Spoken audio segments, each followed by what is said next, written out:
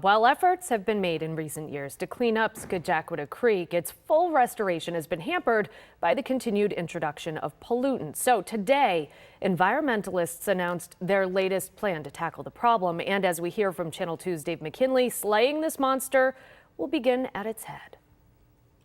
Where its main stem forms near Scajaquada Town Park, officials from Buffalo Niagara Waterkeeper signed a cost-sharing agreement with the U.S. Army Corps of Engineers for a feasibility study on best ways to clean up the creek under a complicated but necessary financial arrangement. Oftentimes with federal funds, it requires a local non-federal sponsor in order to get those funds into the community.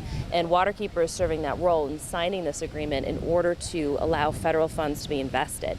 And in order to do that, you need local cash match to make that happen. So starting with a grant from the state of New York, Waterkeeper then got matching funds from the Wendt and Wilson Foundations to build a pool of $600,000 to pay for the study.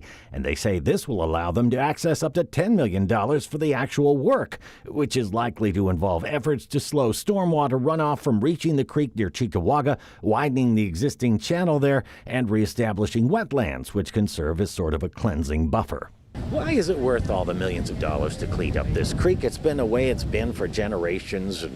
Right. Well, just because it's always been like that doesn't mean it always has to be like that. Meanwhile, 5 miles to the west of here, Waterkeepers confirms it's getting behind an effort to eliminate this myriad of Dr. Seuss-like expressway flyovers which crisscross above the mouth of the creek at the Black Rock Channel near the Niagara River to eventually make it look something more like this. Of course, this would be contingent on the proposed removal of the Scajaquada Expressway and untold hundreds of millions of dollars and years worth of time. There's parts and components of that vision that can be restored and can happen in incremental processes. We don't always have to rush to the finish line. It's making those incremental changes along the way that's going to help benefit the creek system.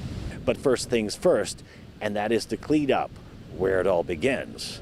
In Scajaquada, Dave McKinley, Channel 2 News.